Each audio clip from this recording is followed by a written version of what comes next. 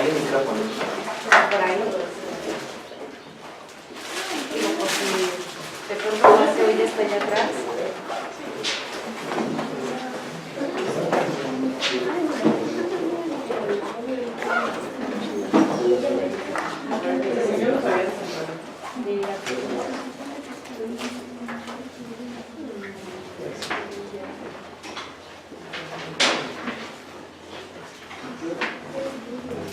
Gracias.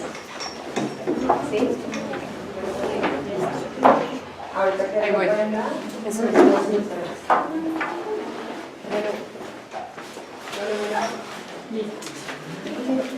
Sí, hola. ¿Sí? Bueno, estamos empezando esta primera charla, afortunadamente muy puntual, agradecerles porque la gente quizá no venga de aquí muy cerca y bueno, pues estamos con muchas ganas de iniciar esta primera charla. Solamente voy a dar un contexto muy breve del contexto justo donde surge la charla. Nosotros somos, es un grupo, es un seminario justamente que surge en la UNAM, en la Facultad de Filosofía y Letras, un grupo de alumnos y profesores. Estamos reunidos desde hace 1 año y medio para pensar en temas que tienen que ver con la construcción, la preservación y la salvaguarda del patrimonio cultural en contextos urbanos. Nos interesa pensar en estos temas, pero no solamente desde la academia o en un aula en la facultad, sino nos interesa muchísimo, sobre todo, acercarnos justo como a diferentes comunidades y sobre todo poniendo atención en zonas que consideramos que tienen que ser, digamos, analizadas, reflexionadas en estos términos. En ese sentido tenemos ya unos 4 o 5 meses trabajando en la colonia Roma, desde diferentes enfoques, pero todo gira alrededor del tema del patrimonio. El patrimonio del siglo XX es un patrimonio vulnerable, ¿no? Tiene una normativa, pero bueno, entran muchos elementos en tensión para que se logre la preservación. Y bueno, pues este es el tema que nos ocupa el día de hoy. Invitamos y nos da muchísimo gusto que esté el doctor Jaime Cuadriello, porque él en realidad él es vecino y prácticamente es digamos lo principal para que esté aquí. El historiador del arte, es doctor en historia del arte por la Universidad Iberoamericana, es investigador del Instituto de Investigaciones Estéticas de la Universidad Nacional Autónoma de México. Sus temas giran en torno a religiosidad, a imagen icónica de la Virgen de Guadalupe, no sé, ahorita ya me estará, digamos, precisando, pero sobre todo me interesa recalcar que Jaime es vecino de la colonia Roma, ha visto sus procesos, él nació aquí, él entiende cómo ha ido evolucionando la colonia, cómo ha ido creciendo, cómo ha ido transformándose, y desde la primera vez que nos conocimos me dijo, no, hay varias historias de la colonia Roma y no solamente es una, y eso me llamó mucho la atención porque efectivamente a nosotros nos interesa justo como pensar en los diferentes momentos de la colonia en donde las transformaciones siempre han sido justo como muy traslapadas por diferentes procesos de diferente índole. Bueno, pues es lo único que quiero decir y bueno, le doy la bienvenida a Jaime y muchísimas gracias por estar aquí. Bueno,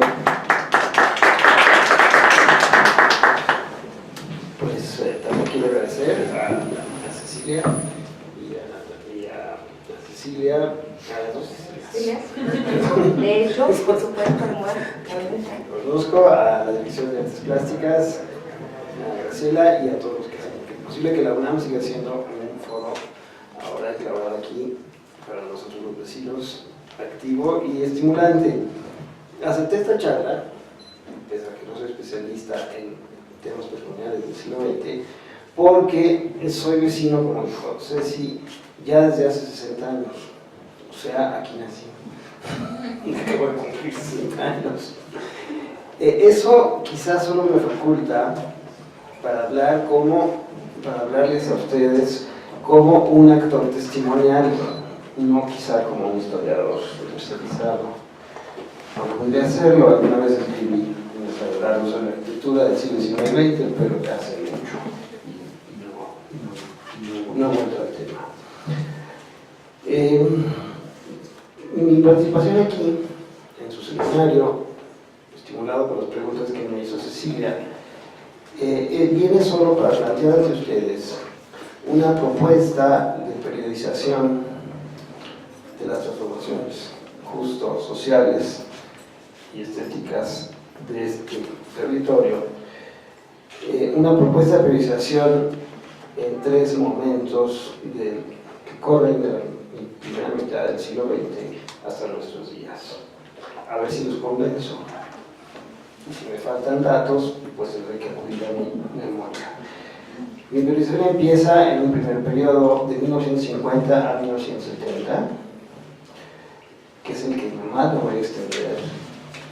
El segundo periodo que propongo es de 1970 a 1985, ya se imaginarán por qué. Y el tercer periodo, que quizás es el que vivimos, es del 85 al 2010. Solo voy a esbozar ahí sí los fenómenos que me parecen relevantes. Basados pues en estos 3 factores, periodizo con estos 3 factores. Bueno, y desde luego si hay preguntas durante o posterior a la conferencia, a la charla, bienvenidas. O no me expreso bien. Pienso en 3 factores para pensar la colonia y sus transformaciones. Desde luego en los grupos sociales, que son los que la habitan, pero en la forma en que fue ocupado el territorio. Y sí me voy a remontar un poco al viejo pueblo de indios zacateros de Lomita. La manera en que se ocupó el territorio desde el mundo colonial, los factores y transformaciones de las distintas comunidades, merced a las prácticas sociales que nos tocó vivir, que ya no están patentes, ya no son tangibles muchas de sus prácticas sociales que aquí se veían, y desde luego a las variables como el espacio se ha significado, y el espacio urbano se ha significado y resignificado en sus discursos desde 1950 hasta el presente. Cada grupo social emite mensajes muy claros, a veces conscientes, otros inconscientes, a veces programáticos, a veces involuntarios, pero sí creo que son tangibles. Desde luego, pues quizá ya no me dé tiempo, pero quizá el valor patrimonial que pudiera tener el espacio no solo habla de lo tangible, sino también de lo intangible, y no me voy a referir a la arquitectura porque ya no me da tiempo, pero también a la manera en que ésta se ha adecuado a las distintas expectativas o demandas sociales que hoy tenemos. En fin, nunca he salido de estas calles, pese a que me emancipé como joven. Todos los jóvenes siempre salieron de mi casa paterna, acabo regresando a heredarla, pero finalmente siempre estuve aquí.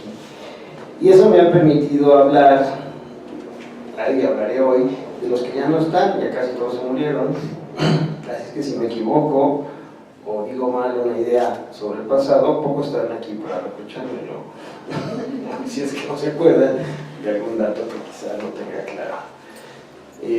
No me considero un anciano todavía, pero sí creo que estoy en el periodo de la línea de fuego, porque ya he enterrado a muchos de mis compañeros de escuela y porque la generación que me precedió pues ya no está aquí. Entonces creo que sí, gracias a las dos Cecilias, me gusta poner por escrito un poco estas ideas. Bien, ya nos hablan ustedes por el libro de Tavares y por muchos otros ensayos que hay, que habitamos un territorio de ensanche, es decir, la categoría de ensanche para el siglo XIX en las ciudades hispánicas, en los osmanianos de las ciudades francesas o europeas, estaban anexadas a lo que eran los viejos cascos urbanos, el castrum, ¿no? El castrum urbano, el resguardo del viejo castro de una capital colonial como era la Ciudad de México. Y tal como territorio de ensanche, la vocación del uso del suelo era básicamente habitacional.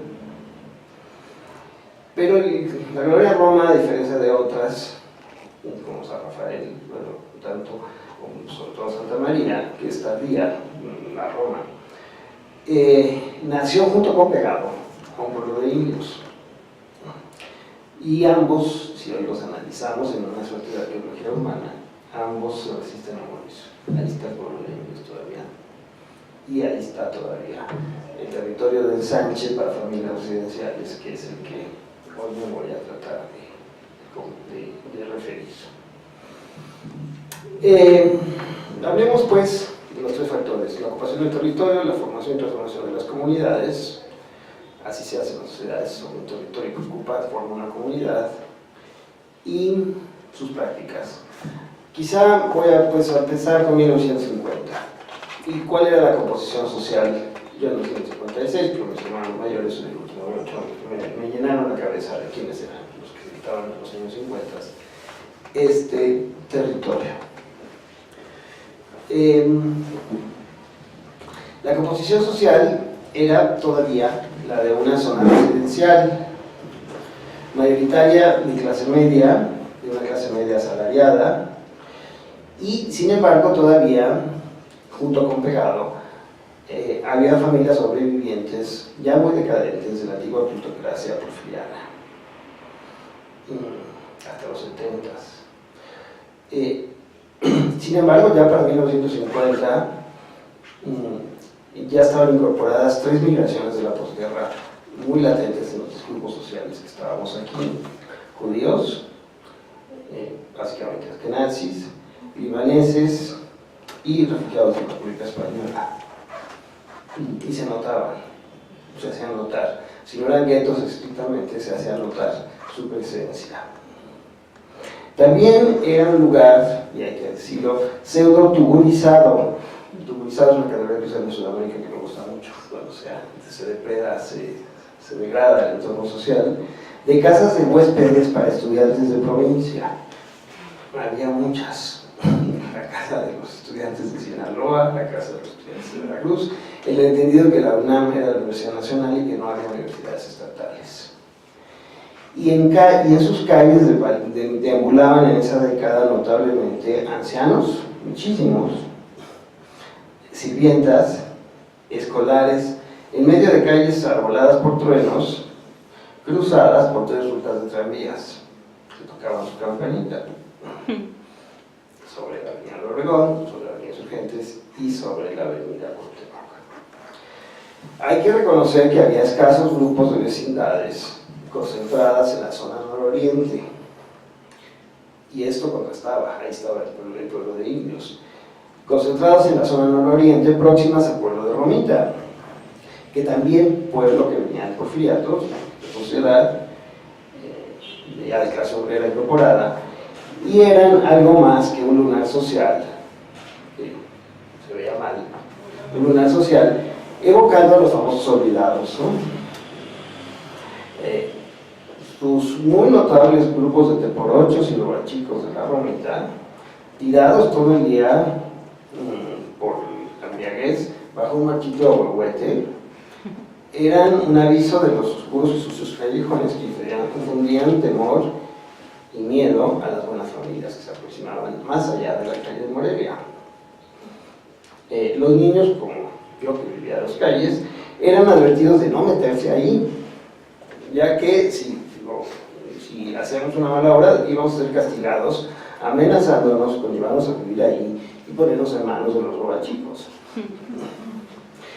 Ya se entiende que este barrio quedó doblemente estigmatizado, luego de haber sido escenario de la película de Buñuel, y desde luego el rechazo que generó este filme en la mentalidad burguesa de las familias bien, y ya sabemos esa polémica que hubo sobre la película, ¿no? Entonces el estigma pues del pueblo de Romita era doble, ¿no? Porque era el escenario de una realidad que no se aceptaba, pero a su vez sí era un peligro real para la pequeña delincuencia que ya se dejaba sentir desde entonces. Hasta pasado el año de 1970, seguía siendo un lugar de comercio tradicional que se notaba, si uno lo miraba bien, que venía desde el siglo XIX.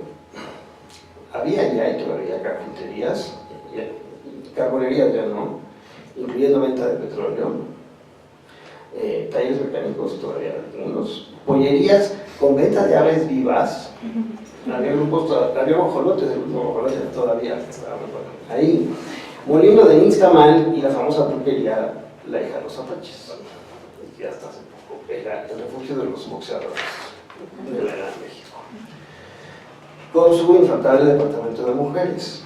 Era perturbador el pasar por ahí y ver que las señoras bebían mis hombres les veían los tobillos y el criterio de los señores señalo lo anecdótico porque no revela los contrastes que era la zona residencial. No por acaso este era el arranque de ambos lados de la antigua calzada de la Piedad, una ruta procesional que venía desde el siglo XVII a llevar al Santuario de la Piedad, pasando el río de la Piedad por el viaducto.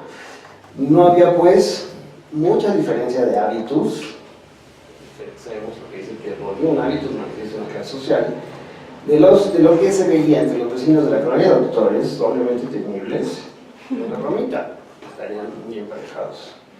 De hecho, había una panadería en la esquina de Puebla y Cuauhtémoc llamada Las Tres Colonias, en donde quedaban hermanadas, hipotéticamente, porque nunca sucedió, las colonias Roma, Torres y Juárez. Roma y Juárez era otra cosa. Y desde luego su enorme mercado que nos abastecía toda la zona, modernizado justo en los años 50. No podía faltar sus sendos signos de barrio para ambos lados, el Morelia y el Edén de Doctores. Y hasta ahí llegaba el pueblo y los cines del Piojo. Es muy probable que la última familia que descendía de este pueblo de indios zacateros llamado Santa María hasta Huacán haya salido hacia 1972, cuando desapareció el famoso callejón de San Cristóbal, con Morelia, para que el empresario Larcón, el dueño del Heraldo de México, levantara sus famosos cinemas gemelos Frontera 70, que destruyó el terremoto. Ahí salieron quizás las familias que venían del mundo colonial, y conocía a una de ellas. Este pueblo de indios, ¿qué hacía ante un territorio de Sánchez? Bueno, pues estamos hablando de una fundación desde 1550 de Fray Pedro de Gante, con una doctrina anexada en la Escuela San José de los Naturales en San Francisco de México, visita franciscana, que se había permanecido pues como un enclave ahí aislada de indios conectados con el sistema de acequias que comerciaban con el zacate o los productos lacustres mediante el sistema de acequias que los conectaba con la Ciudad de México. La acequia era la calle de Bernal, iba directamente a la acequia real. Entonces desde ahí el pueblo estaba ya conectado y por supuesto que era el territorio lógico para el ensanche hacia el lado poniente de la ciudad, que tenía los aires más benignos, el suelo aparentemente más sano, a diferencia del oriente, que era mucho más lacustre y lodoso, y los vecindarios en Chapultepec. En la década del 50 y el 60, ahí junto al pueblo de estos indios zacateros, que sobrevivían como porrochos y robachicos, aún sobrevivían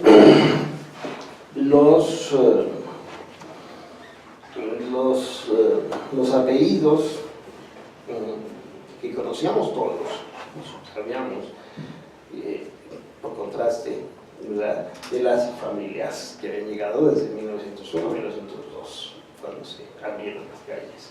Los Blanes Bermejillos, sin duda los más famosos, marqueses de Borlando, de la casa de hoy Córdoba y Puebla. La excéntrica doña Lorenza tenía el gusto todavía en el año 70 de salir a su balcón a las 5 de la tarde a arrojar dulces a los niños en este discurso patrimonialista. Una combinación de vieja familia criolla con los empresarios ingleses de los ferrocarriles dio origen a esta linaje nuevo que acreditó el rey Alfonso XIII al señor Martínez Negrete en Bermejillo y lo hizo Matías Mornado. Pero digamos era la familia más importante, frente contra esquina a la misma calle de Córdoba y Puebla estaría la familia Somerville, dueños de Puerto Liverpool, que seguían viviendo ahí desde los años 70, y desde luego otros más apellidos que eran quizás son los que más sonaban, los Cusi desde luego de la Casalán, pero los que más sonaban que aún in situ vivían manteniendo estas residencias. No hablemos de los Orendain y Fernando Somellera en la calle de Flora, que habían venido a menos cuando abandonaron el Palacio Cobian de la calle de Caribe, la Secretaría de Gobernación. Los Gallos Mangino en Puebla, los Olivera en Jalapa, estas casas existen, los Campero en Mérida, los Fernández del Valle en Orizaba, y aún todavía viven los Condes Cervantes en la Plaza Río de Janeiro, descendientes del viejo condado de Santiago de Maya. No sé, este es el último reducto de la familia que está ahí, que merced a su gran biblioteca. Y sobre todo el recuerdo que inundaba la imaginación de todos los que éramos clase media de doña Carmelita Romero Rubio, que vuelta del exilio habitó la casa de Tonalá y Durango, que era una casa de la familia Castellón todavía de día. Este era pues el escenario de la ciudad de los 50, en donde los tiempos de Don Porfirio estaban vivos junto a los olvidados del pueblo de Romita. A la vuelta de los años 70 quedaron los Cervantes. Se formaron todos. Bien, la calle de Coahuila, como ya saben ustedes, era la frontera entre la parte norte y la parte sur de la colonia. No solo era la frontera, estaba ahí empieza la Roma Norte y empieza la Roma Sur, sino también marcaba la procedencia y pertenencia de los mismos grupos sociales. Pasando esta arteria, las casas empezaron a ser más pequeñas y de estilo neocolonial o art déco, una urbanización de los 20 y 30, y ahí se alojaban ya las comunidades judías, todavía 4 sinagogas, aunque ya no hablen, aún en pie, así lo revela 4, uno continuo de la Condesa, las familias libanesas y por supuesto las familias revolucionarias sonorenses o de burócratas que llenaron hasta el viaducto todas esas zonas. Había pues, y en 1950, una ideología de grupos y prácticas distintas y desde luego también una estética distinta. Desde que Vasconcelos puso un pie en la colonia Roma al construir el Estadio Nacional en 1925 y que luego su demolición en 1949 acentuó todavía más las diferencias, incluso el rechazo entre la colonia Roma Norte y la Sur. El Estadio Nacional fue un proyecto cultural de Vasconcelos en la época de Calles, congregaba a las masas para anular al dictador, de los estados totalitarios, y obviamente fue, como saben ustedes, demolido para construir el centro urbano de Benito Juárez. Esta edificación del multifamiliar Juárez por Mario Pani, con la ayuda de Carlos Mérida, a diseñar estos murales neomayas, comenzados en 1951, acrecentó aún más la llegada de los burócratas en apellidos. Estoy hablando irónicamente, burócratas sin apellidos, que fue la puntilla para que los viejos apellidos consideraran abandonar la colonia a sus ancestros definitivamente. Había historias que se veían, sobre todo porque las hijas, ya no había partido para las hijas casaderas, ¿no? Estos nuevos habitantes. Sin embargo, la escuela Benito Juárez era un faro de cultura y era quizá el mejor trofeo del laicismo educativo, su mural de Montenegro, y del gusto de la nueva casta revolucionaria sonorense. Y el caso, además, hasta la fecha, de un plantón modélico del que salieron muchos políticos y que se podía obtener una buena formación de calidad desde la tutela desconfiada de la Iglesia y sus escuelas particulares que estaban en la Roma Norte.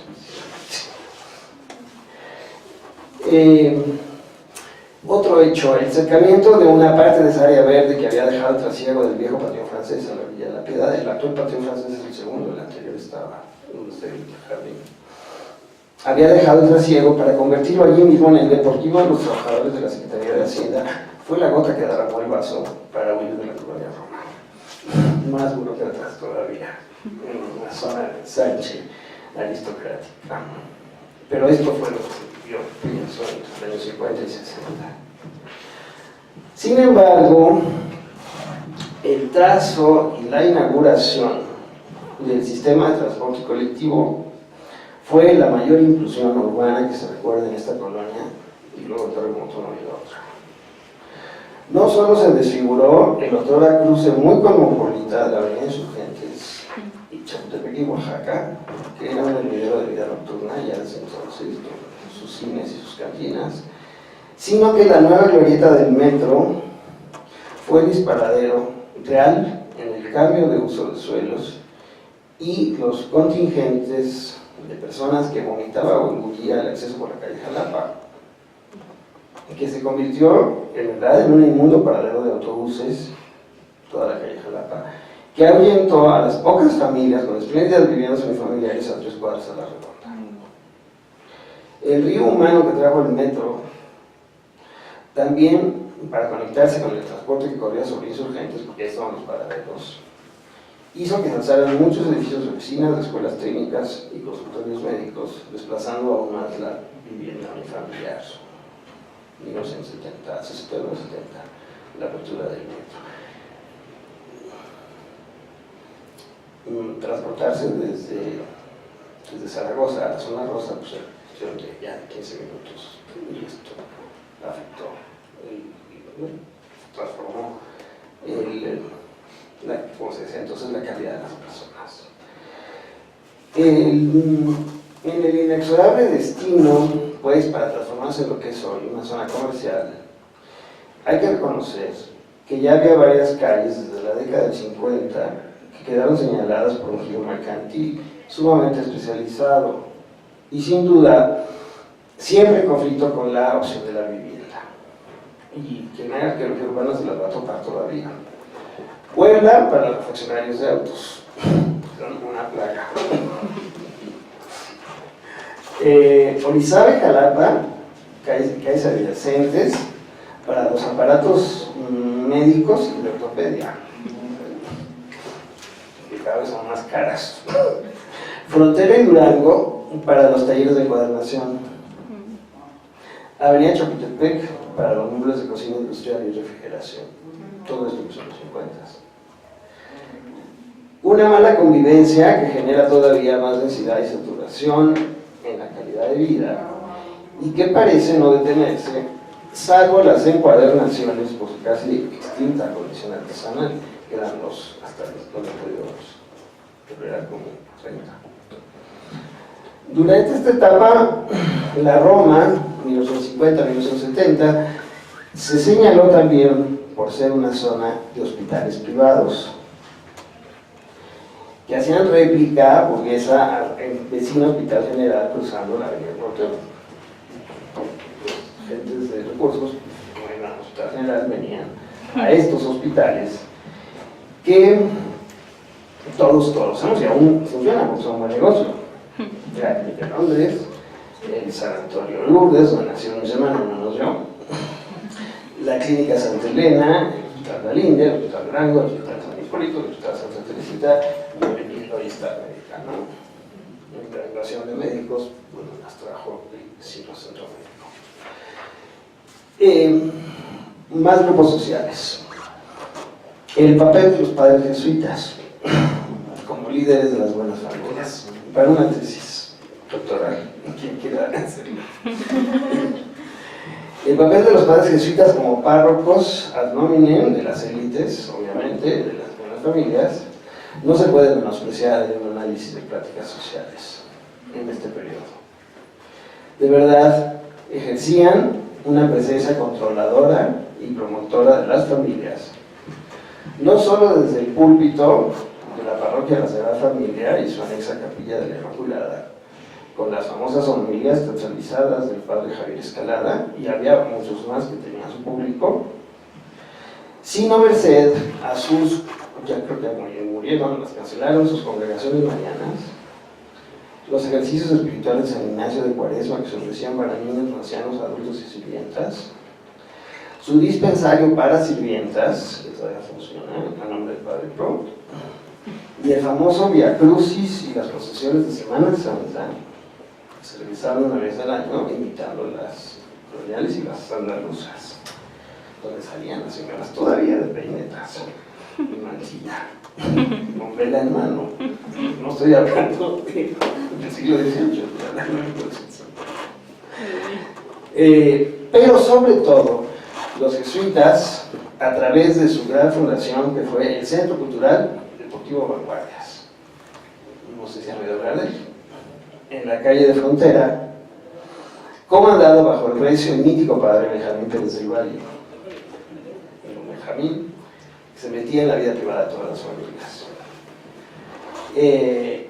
En donde este centro cultural, que hoy es una oficina de la Secretaría de Gobernación, por una manzana, frontera entre Chapultepec y Puebla, en donde, aparte de que la juventud encontraba natación, basquetbol y ofrecía una anexa residencia para estudiantes de provincia, ahí se celebraban las posadas, las kermeses de verano para toda esta clase media y media alta, y desde luego los sábados y domingos abría su cine infantil, que era un hervidero de muchachos, y ahí comenzamos a tejer nuestras vidas para el resto de las mismas, ¿no?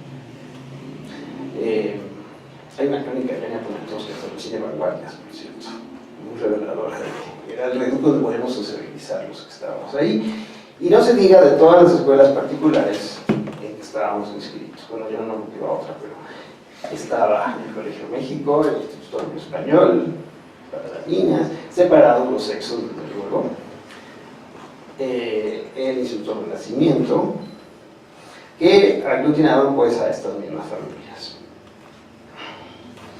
El Centro Cultural Deportivo Vanguardias cerró justo cuando el metro ahuyentó a las familias en 1934.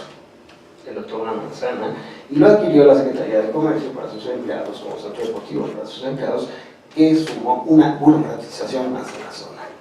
Parece que el Estado mexicano estaba obsesionado en instalarse en la colonia Roma. Bien, puedo decir también que entre 1950 y 1970 la vida cultural además giraba en torno a media docena de establecimientos, todos privados. Este ya es público, pero entonces no. El más importante, el Centro Asturiano y su boliche subterráneo, que no era automatizado, siempre le pegábamos a colocar los bolos, corría a colocarlos, y que se prestaba para socializar con su fuente de sodas.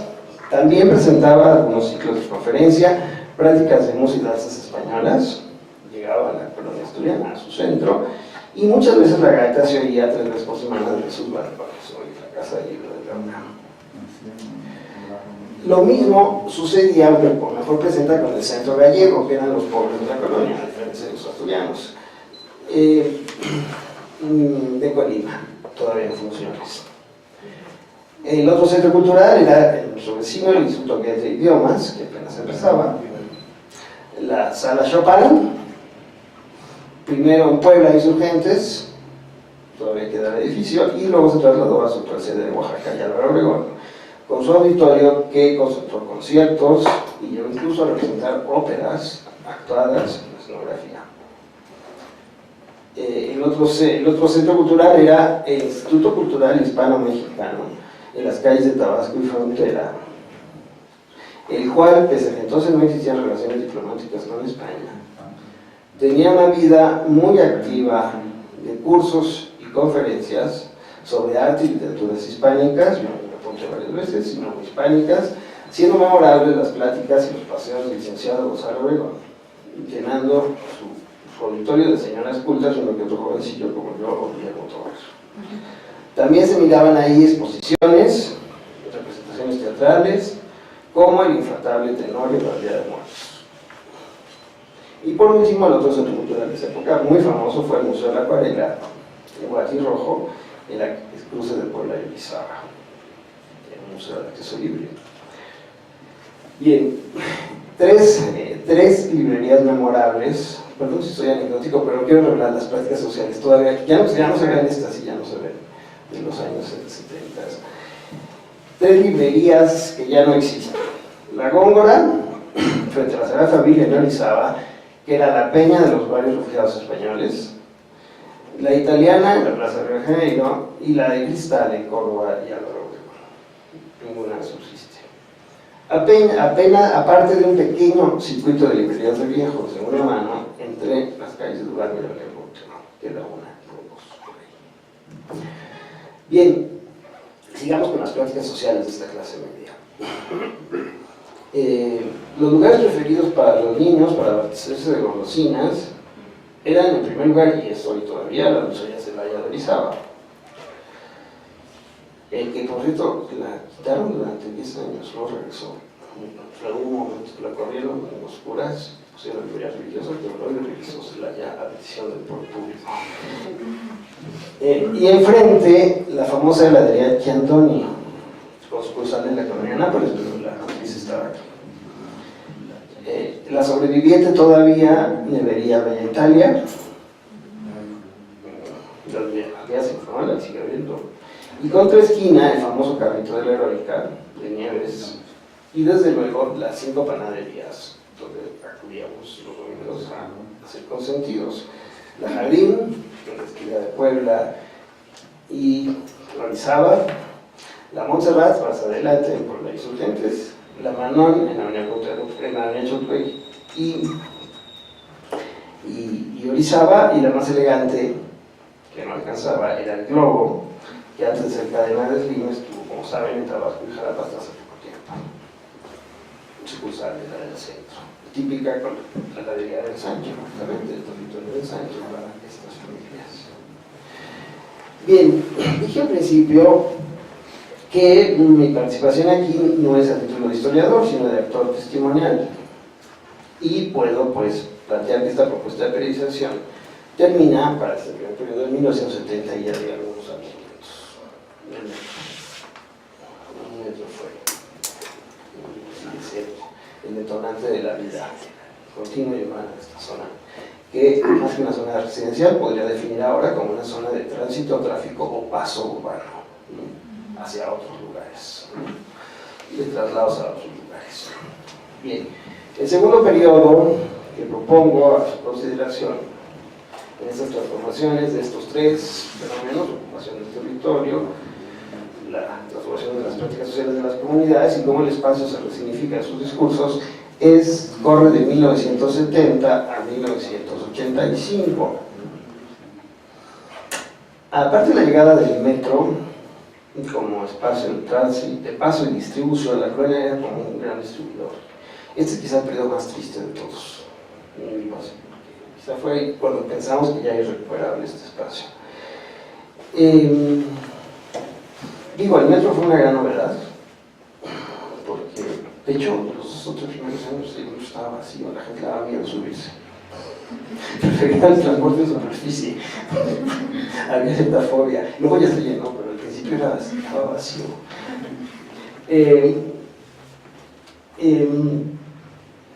Aparte de la llegada del metro, como vía pública, debe señalarse a los sexenios de Luis Echeverría y José López Portillo y sus respectivos regentes capitalinos, que eran por el Brazo, y sus delegados, desde luego, que fueron los peores tiempos en materia de pérdida patrimonial y especulación del uso del suelo. Pareciera que a la demagogia y el populismo de estos últimos gobiernos de la revolución, los cachorros, se sumaba el nuevo estigma de la colonia Roma como reducto de católicos ancianos porfirianos o familias bien. O sea, que hay que acabar con los curros. Cada vez que una casona se derrumbaba para levantar un edificio de oficinas, también para burócratas, que luego rentaban los propios contratistas, como todavía se usa para ingresar. O sea, yo los construyo edificios y se los rento al gobierno. Bien me da permiso. Edificios de 15 pisos, ya en los horribles de Cerro Obregón, se hicieron entonces en el Carlos Portillo. Se cometía un acto simbólico que imponía el triunfo burgués de este nuevo tercer mundo, allí mismo, donde antes vivía una familia de 5 miembros con un pequeño fermín, se instalaban ahora a vivir 30 familias o 300 burócratas que ocupaban los mismos. El deterioro vino también por la tolerancia que hubo al comercio informal, que ahí empezó en los 70s, y un fenómeno que yo viví de cerca porque me tocaron las casas de prostitución disfrazadas como casas de masaje o saunas para los mismos políticos, y la instalación de la Dirección Federal de Seguridad Pública en la ciudad de La Glorieta y varias oficinas que hacían el trabajo sucio en la Secretaría de Gobernación, que crearon de la colonia un territorio, puedo decir, guarulizado, y puedo afirmar, ya descartado como paisaje atractivo de la Ciudad de México. Ni por asomo nadie pensaba en su rescate y conservación hasta antes del terremoto. Y era una zona desagradable, peligrosa, cuyo destino era similar al de la Colonia Doctores. El peor momento. 1985, ¿qué puedo decir de este periodo? Que ahí perdí todos mis amigos, ya mis compañeros, ya no de nadie quedó antes del 80, y ese momento en que las unidades las casas unifamiliares se volvieron una rareza. Sí, es una rareza por lo costoso que es tener una, pero también por lo inseguro que ya resultaba seguir viviendo aquí. Los que amanecimos ese día telúrico de septiembre de 1985, sentimos de verdad que habíamos sobrevivido a un bombardeo de guerra. El sacudimiento fue a tal grado que el pavimento lo veíamos agrietado, las tuberías de gas seguían escupiendo gas a chicotazos, las construcciones se habían caído, no se veían, simplemente no porque se habían caído, sino porque las nubes de polvo que levantaban era tal que pasaban 2 horas para poderse despejar y ver los escombros.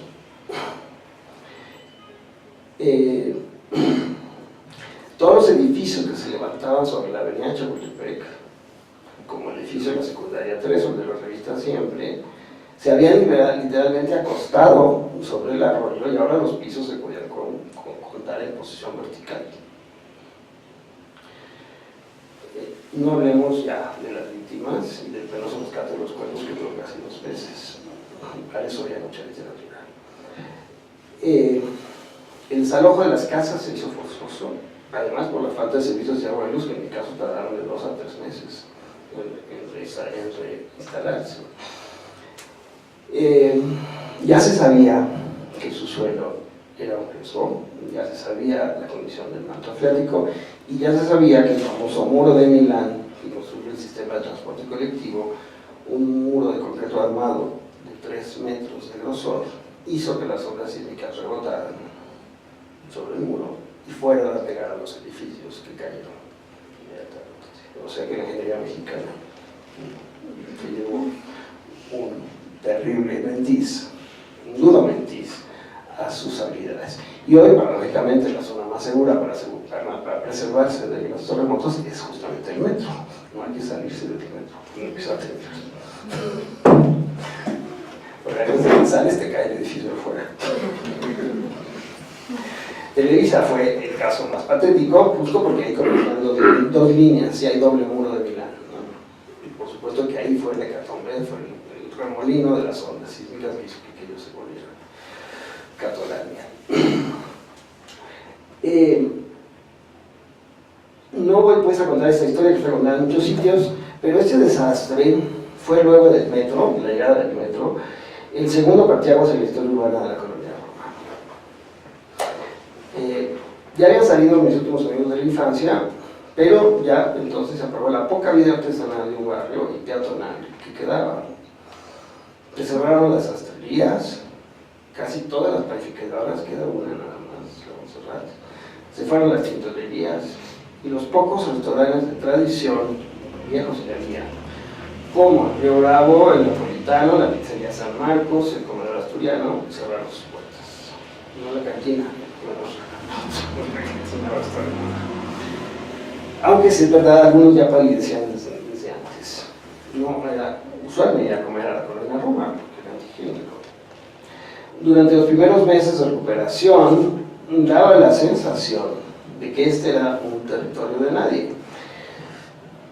En realidad, un espacio indistinto transmitía una enorme sensación de vacío, de soledad a los que habíamos quedado aquí, cuya población se acostumbró por 2 años a deambular entre escombros. Y cuando los quitaran, pues parecía que quedan los todavía.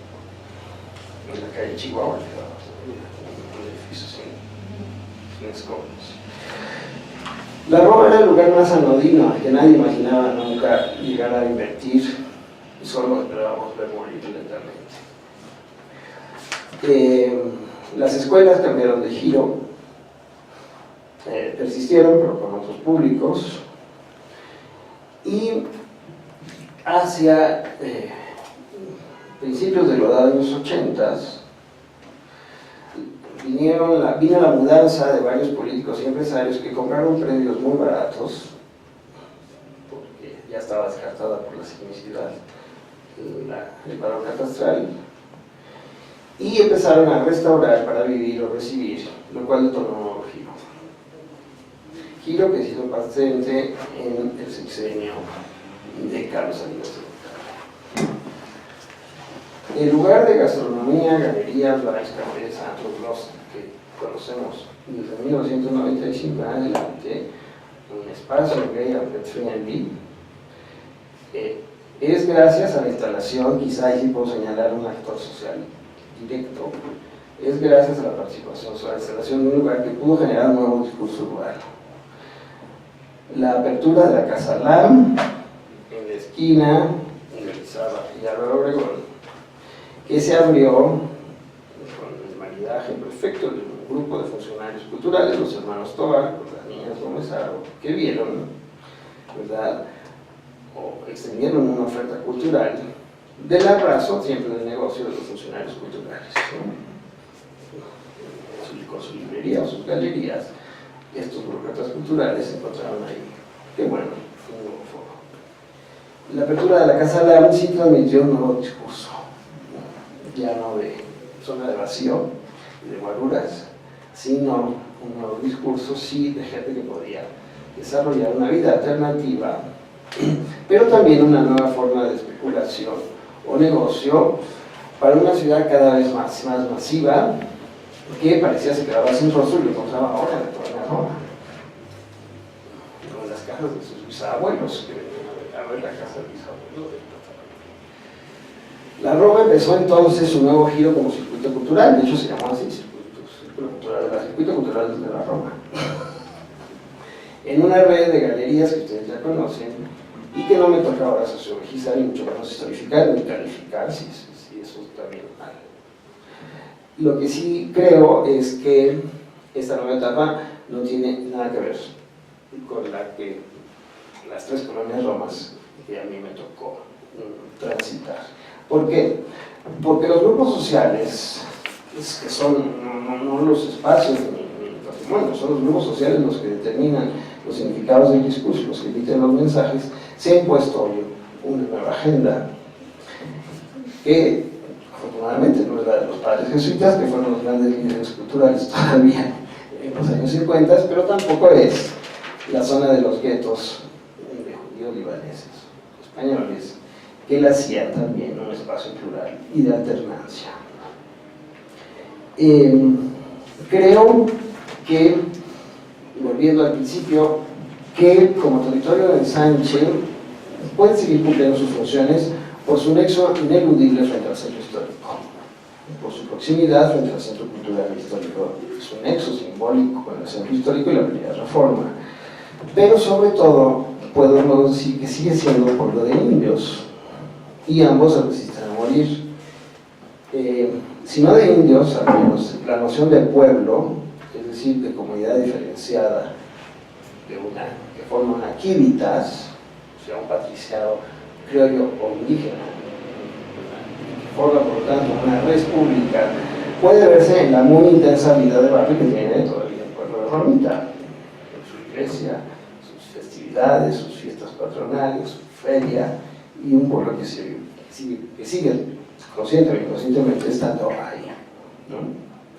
Sin embargo, no es ya, ni volverá a ser jamás, el lugar de los patricios de las buenas familias, no es el propósito.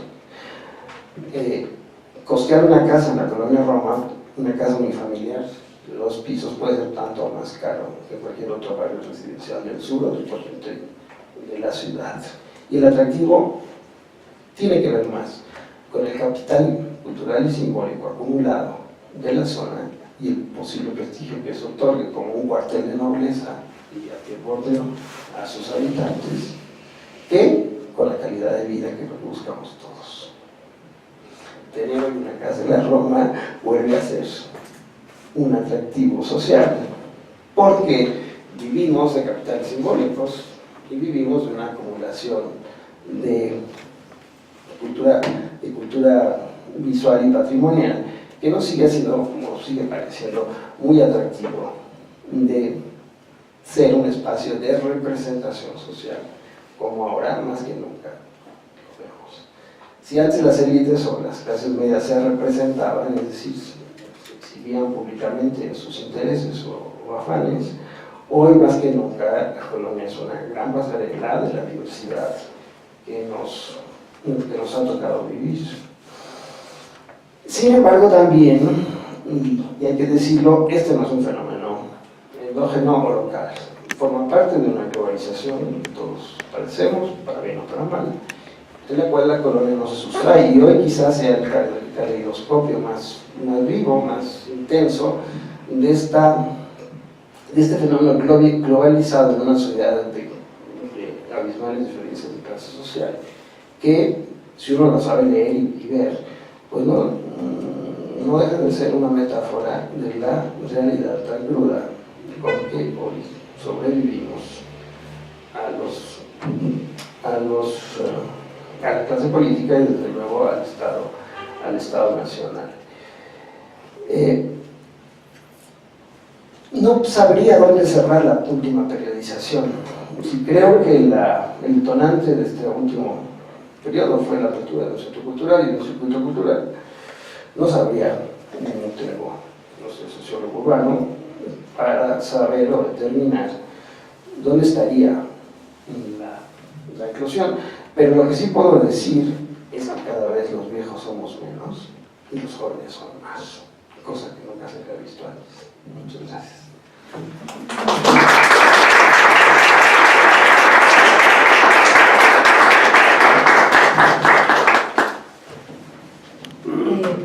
Bueno, pues muchísimas gracias, nos deja muchísimo que pensar. Hay un grupo que viene pensando justo como en la historia de la colonia y todo lo que nos has ido contando nos hace muchísimo eco de las discusiones que hemos ido teniendo y por supuesto que nos enriquece y obviamente pues, abre muchísimo más preguntas. Esta última etapa es muy compleja efectivamente, pero justo algo que siento que le pasa mucho a la colonia Roma es que todos saben que están las casas antiguas, etcétera, pero pocos entienden cuál habían sido las prácticas sociales que habían estado ahí anteriormente, ¿no? Hay como muchos escritos sobre justamente el patrimonio material, se podría decir, pero no esta ciudad expresiva, de pronto, que tú narras a manera de anécdota, pero que al final sí nos da una muestra muy latente de lo que sucedía, ¿no? En la vida cotidiana de la colonia y los diferentes grupos sociales. A mí me gustaría abrir pues un poco como al público, a la gente que nos acompaña, pues alguna pregunta que quisieran hacerle a Jaime, no sé, comentario, pregunta, duda. Sí. Yo quería, yo aquí en la vida, yo era el único que me pedía Bernal Rivas. Todos los demás nací, Canaán, Abdó, Salem, todos, entonces yo el extranjero en un país, pues nací, estudiaba conmigo, sí, y José Escarandabach y otros, entonces eran puros judíos árabes, libaneses o de otro lado. Yo era el único que me pedía Bernal Rivas. Y fue judaica esta colonia, del 90%, porque ya, no sé, yo llegué tarde a la práctica, no sé si comentó algo de las sinagogas. De las sinagogas, el alma mater está en Querétaro, y en Monterrey, y las otras unas que devastaron. Por cierto, un edificio aquí en frontera, y Álvaro Roma se cayó todo, y eran por los judíos. Eran los judaicos, y de la iglesia de ahí de Puebla y Orizaba, le pidieron al arquitecto que fuera una copia a la mexicana de la catedral de Notre Dame de París, y las tres colonias, la panadería, las tres colonias, Juárez, Roma y Juárez, por eso era grande y enorme. por la bella Italia, vi a Emilio Charandoni, que fue el primer traer el chantilly aquí a México. Bueno, podría hacer 1000 preguntas. No, y el Estadio Nacional. Ahí tomó protesta el señor general Lázaro Cárdenas. Si tienen un video, observenlo bien. A un lado está un chamaquito así como de 17 a 18. No sé si un día que lo vean en algún TV UNAM o algo así. Un pequeño ahí. Ese, el nombre no aparece en el video, por eso lo voy a decir para que lo chequen. Se llama Richard Milhouse Nixon. Podría ser 1000 más, pero ya con eso. Muchas gracias. Muchas gracias. ¿Alguien más por ahí? Sí. Yo, perdón, no me voy a parar porque me voy aquí todo mi tianguis, pero me llama mucho la atención, o no sé si podamos un poco como profundizar tal vez en eso, pero de pronto cuando platicabas que después del 85 y todo el desgaste, digamos, social que eso implicó, ¿no? Y después pareciera que hay un proceso como de reflorecimiento, y tú dices que la Casa Lam fue como de las pioneras, o como a partir de eso pudo haber sido un poco de esta periodización. Pero yo, digo, no sé, habría que preguntarle a los de la Casa Lam, pero o sea, ¿cómo y por qué llegaron a la Roma? O sea, ¿por qué hacer un espacio de ese tipo en la Roma? ¿Qué estaba ya pasando ya en la Roma para que la Casa Lam llegara aquí? ¿No? Un poco como qué sucedía antes de eso, ¿no? ¿Cómo fue un poco este proceso de inicio del reflorecimiento, no sé cómo decirlo, como del reauge de la Roma? ¿Alguien quiere hacer a lo mejor como un par? ¿Sí? Sí. 2 o 3. Sí.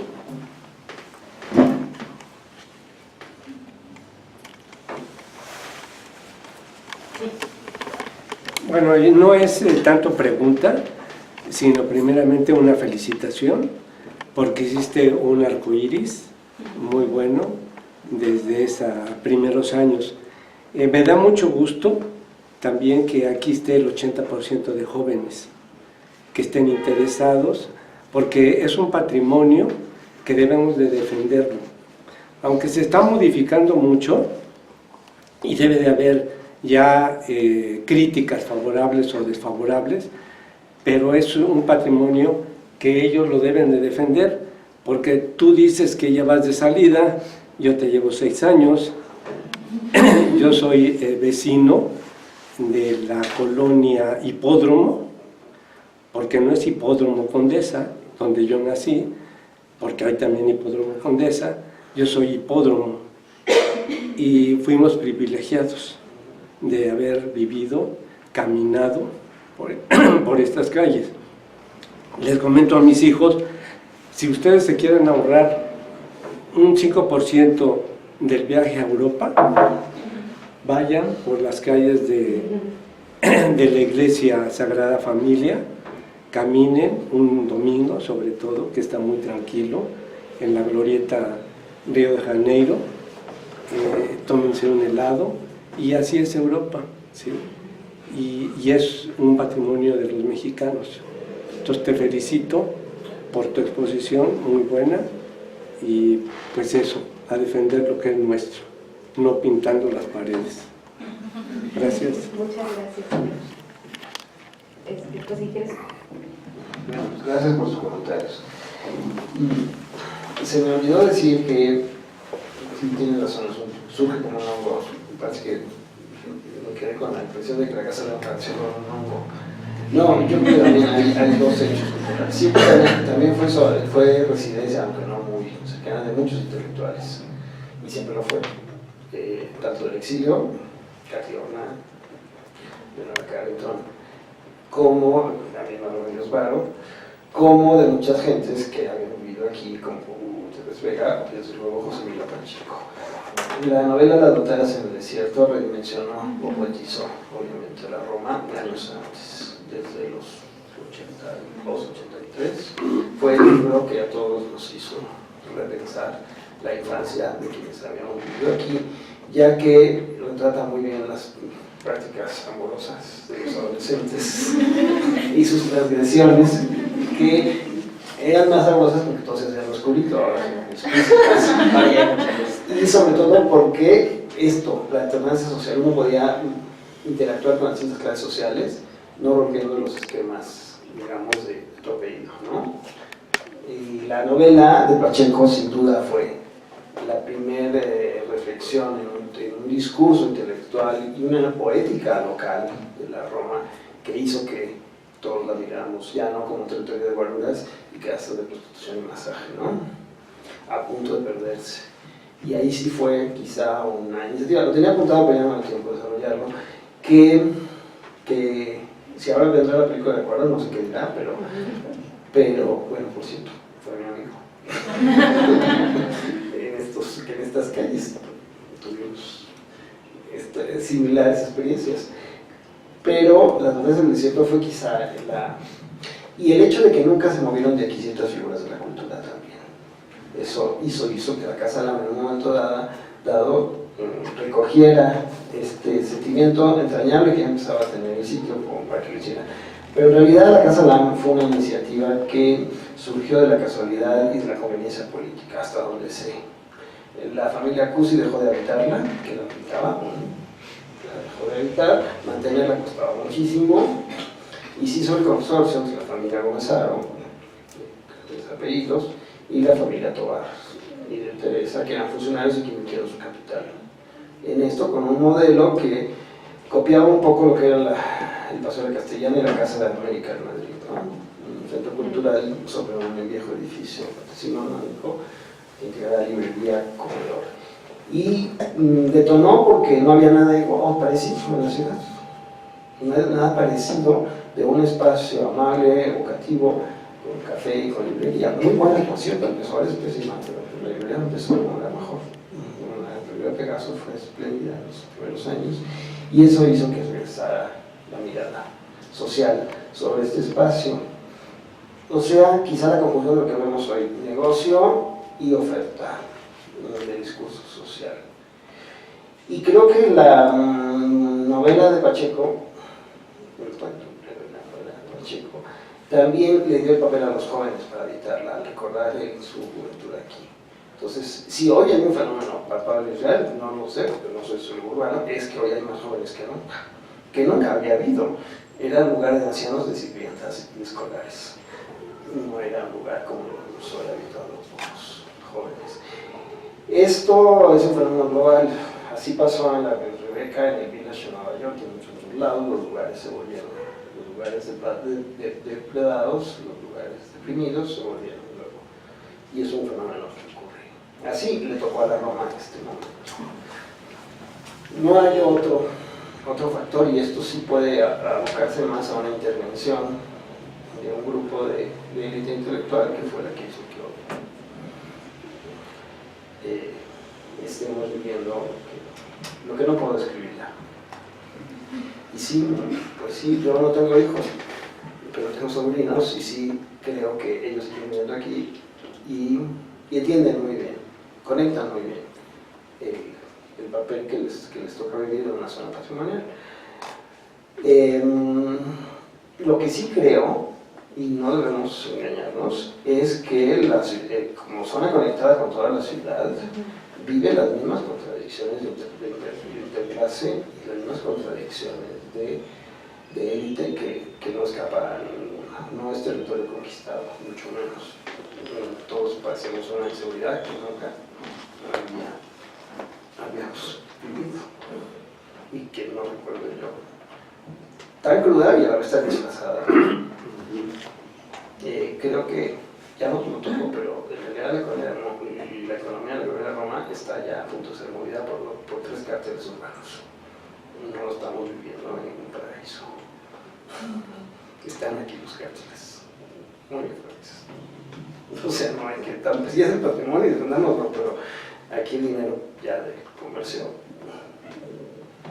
de drogas es de pensarse. Tampoco era lo que se veía hasta antes de 1970, 80. Sí, bueno, a mí hay un par de cosas que me gustaría comentar un poco, añadiendo la primera parte respecto a la apertura de la Casa Lam. Me parece que también coincidió, digamos, con el momento post-sismo también, y hay una sensación de mucha gente, por ejemplo, como tú, que tuvieron esta sensación de hay que hacer algo por la colonia, porque si no, también se va. y creo que, digo, tú no lo comentaste, pero yo sé que tú también estuviste involucrado justo en estas primeras charlas, jornadas que empezaban a hablar sobre la Roma, festejando 50 años, me parece, 80 años de la colonia Roma, que coincidía muy bien con este momento postismo, ¿no?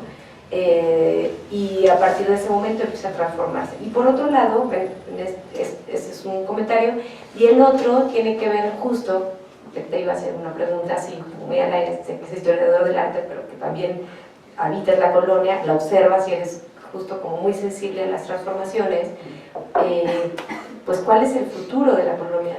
Digamos, en el sentido, no es comentarios generales, en el sentido, me parece que muchos de los discursos, y también lo dijiste muy bien, o sea, creo que es una colonia como con muchos discursos que se han ido acumulando a lo largo del tiempo, que juegan en temas del prestigio, ¿no?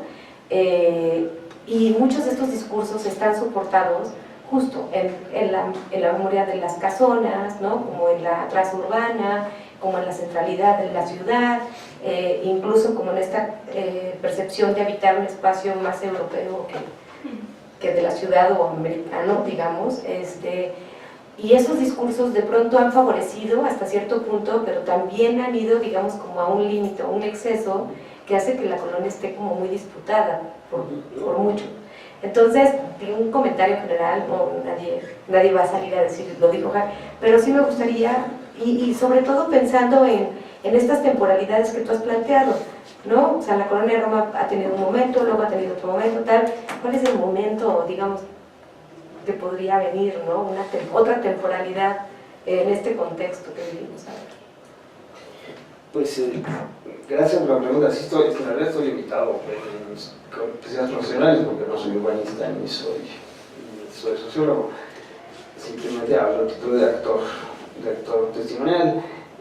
Sí, aparte de la poética que generó la novela de Pacheco, aparte de la apertura de la Casa Blanca, también el terremoto generó la conciencia vecinal. Eso es un factor, un fenómeno social que todos también conocemos, ¿no? Las organizaciones vecinales vinieron después del terremoto, yo participé en una de ellas, y coincidió con los 80 años, y el gobierno de Manuel Camacho Solís, que generó los grupos de vecinos, y aquí llegó Manuel Perlo y organizó uno muy fuerte, justo para oponerse a los paraderos de los autobuses, al ambulataje en ciertas partes, sí hubo un movimiento, digamos, de vecinos, y a recuperar los espacios comunitarios también, y eso hizo que llegara a Casa Blanca, pero en realidad eran discursos internos. Sí hay sociedades de vecinos, yo pertenezco a la mía, y es difícil mantenerlas por la movilidad de los habitantes. La constante flotación, es una población flotante muchas veces, es muy difícil, solo el propietario se compromete con un movimiento vecinal, los arrendatarios poco interés tienen en participar, y eso también la limita, yo pienso. Ahora bien, pues la expectativa que yo veo, y hablo de simple actor, no de profesionista, es que aquí ahora hay mucho dinero. Nosotros jóvenes hay mucho dinero, y se mueve mucho dinero, entonces el futuro ya no es sustentable en muchos aspectos, porque el dinero también trae especulación y degradación y sobreexplotación del uso urbano. La poética de que la casa de la Roma ya no está, ya en realidad el nuevo de producción constructiva es solo dejar la primera crujida y echarse 8 pisos atrás, entonces tampoco tenemos casas museo, pues es un constructor que opera, y tampoco hay presupuesto para mantenerlas. Es una especulación de capitalismo salvaje que va a conllevar el deterioro. A mí me da tristeza la avenida Obregón, por ejemplo. Pudo ser resuelta con mejor calidad de oferta de vida urbana. No era así. Y creo que ahí tenemos un primer ejemplo de zona rosillación Y desde luego el ejemplo de la Condesa. Pero no soy yo quien lo pueda decir. Yo sí creo que es un escenario inédito, nunca lo habíamos visto, nunca había sucedido lo que ahora vemos. ¿Por qué? Porque se perdió la dimensión unihabitacional. Creo que somos la mayoría los que tenemos casa unihabitacional, somos las reglas de distribuciones, y eso ya no compromete a ningún vecino. Sin embargo, y no lo dije, pero estaba apuntado, cuando dije que aquí se empezaron a llegar los políticos otra vez a comprar, como Córdoba, Montoya, a comprar 3 casas enteras para habitarlas, no de aquí, pero de Colima. Mosto porque recordaba su pasado parisino, recordaba Montoya, no sé qué se con su dinero, se compró aquí, ¿no? Oye, pero se compró 3 casas y las hizo solas en la parte de atrás, ¿no? Ahí fue el primero que vino aquí. Y puso su gran colección, y eso atrajo otro mercado subterráneo de coleccionistas, como Harper Bloom y Roberto Hernández en la calle Córdoba, cuando ellos de toda la manzana, o como Pérez Simón en la Plaza de Río de Janeiro. O sea, tenemos, ahí sí se lo digo, grandes colecciones artísticas, exclusivamente privadas, depositadas en este territorio, de Old Masters, que solo son para uso privado. O sea, tenemos ciertos, ¿cómo se llamarán? Emporios, guetos personales de esta clase política empresarial que ha regresado aquí, pero invisibles a cualquier mortal e imposibles de recuperar. Entonces eso es un fenómeno también. La llegada de Pérez Simón, o sea, el socio de Slim, a comprar casi una manzana, de Roberto Hernández, de Córdoba, Montoya y de Harvey. Muy bien, con toda absoluta discreción, pero aquí están también, ¿no? Junto al pueblo de los borrachos, borrachitos, a 2 calles. O sea que, pues sí, más bien que pues, la misma radiografía de contradicción y desigualdad que vive todo el país, ¿no?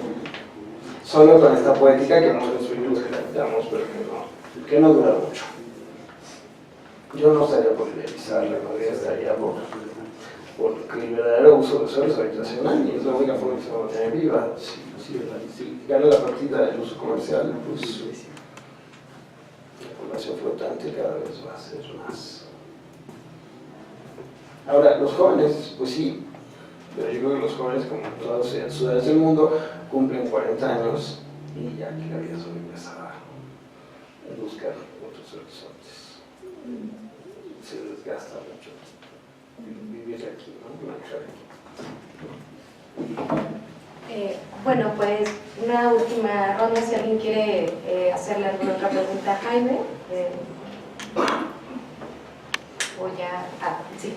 Como viví aquí en Colima, me di cuenta que hubo un momento que las instituciones como el Club Leones tenían departamentos y que era carísimo rentar esos departamentos, pero vino una junta directiva de masones. Entonces parece que hubo mayor afinidad de ingreso de las diferentes regiones de México a ese sector, que es la parte de Colima, donde está el PRD, y la parte de Córdoba. Entonces era un movimiento que le decía, ¿y ahora quiénes son estos? ¿De dónde llegan? Claro, cada uno con su guarura, cada gente con su gente, ¿no? Para hacer sus juntas. Y hubo un momento donde, claro, hubo una división entre el Club de Leones mexicano y el Club de Leones internacional, que se fue a URES, que está casi aquí con el Baja California. Entonces había como ráfagas, ¿no?, de movimiento, de economía, de gente, de servicio, hospedaje, conferencias, actividades, ¿no? Entonces parece que esa población también abría una puerta, que es la parte de que yo cuánto te doy de dinero, cuánto te dono, qué institución tienes, qué asociación tienes, tú de dónde vienes, tú qué haces, a qué te dedicas. Entonces creo que también igualmente eso es es experiencia personal, ¿no?, que yo he tenido que salir de Colima para irme luego aquí a Topan. Fui saliendo pero de todas maneras se fue notando, ¿no? Se fue viendo esa conexión de diferentes sectores del tejido social, ¿no? Eso es lo que quisiera participar, ¿no?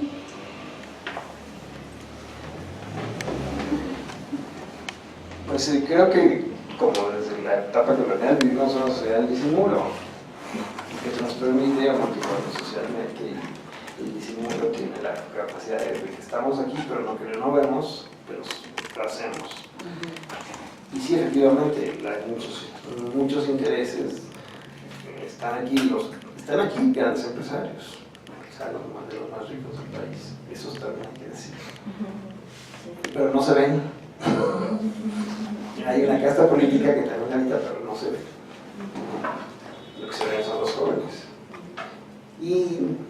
Y esto hace que sea una radiografía perfecta de lo que el país pueda hacer. El mensaje, el discurso que el país transmite. Sobre la cuestión de los grupos sociales, sí, también los clubes de leones y los masones tuvieron aquí, estoy muy informado, pero tuvieron también aquí una participación importante junto a las congregaciones marianas de los jesuitas, o sea, la parte de la alternancia con los hermanos judíos y los hermanos libaneses, ¿no? Era parte de este disimulo que permitía que convivieran aquí todos los... Pero vamos, lo más visible de la ronda sí era el liderazgo jesuítico, ¿no? Sí, no se puede negar entre los años 40 y 50, por la impronta cristera que fue muy fuerte también en la ronda en los años 20. La familia fue un foco de reunión cristera, eso se cerraba justo porque aquí estaban las familias católicas. Entonces también había esta otra fuerza de origen. Sí. La madre de Conchita vivía aquí, Exacto, a 3 casas. Nada menos Planeó, junto a la casa de Álvaro Obregón. y por eso se odiaban tanto que murió ella. Ella estuvo en Lecumberri. Luego después a las Islas Marías la regresaron y ya después vivió aquí en Álvaro Obregón. Ahí murió, a 3 calles de Álvaro Obregón. No, contigo a la vieja casa de Álvaro Obregón. Bueno, pero en un trasteo de ley le dieron ese departamento porque ya consideraron la selecta, ¿ok? Sí. Pero entonces la planeación del asesinato del señor Álvaro Obregón, del general, pues ella estaba totalmente inmiscuida. Ella y José de León Torán. El hijo nomás le daba 2 balazos y el tonto les bajó la pistola. Porque los demás balas eran para proteger su vida. Y lo que es ahora el Sambor de San Ángel, ahí atrás los iba a esperar un carro para irse, con las 4 balas que te sobran, con esa estoy retirada. Entonces vacía la pistola y dice, lo quiero vivo, ¿ok? Entonces lo atoran, le dan unos pellizquitos y dice todo. Los abren el departamento de la madre Conchita y sin que ella se diera cuenta, pues se dieron cuenta de todo. Por eso la mezcla en el asesinato de Álvaro Obregón. Y el destino los une, el señor Obregón vivía aquí, y ella muere a una cárcel. ¿Sí? Pero todo nada más le iba a preguntar la fecha de la iglesia de la Romita, porque yo tengo el dato que es de antes de la villa. No, bueno, sí es una fundación del siglo XVI, hace 1550, pero la que vemos ahora está totalmente hecha por el padre Aristide Wally, que fue el líder ahí por casi 40 años. Perdón, es que yo fui a verla, así para tomar datos, ¿no? Okay. Y sacamos la fecha y es mucho antes que la villa. Sí, claro, pero sí, bueno, es una doctrina franciscana de mediados cristianos. Muy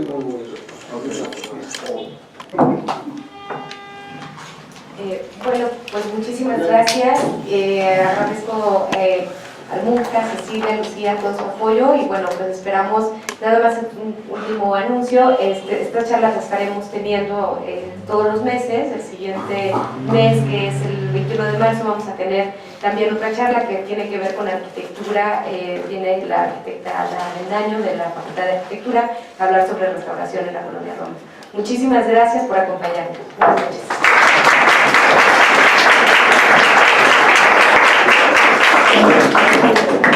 Muchísimas gracias. Bueno, creo que...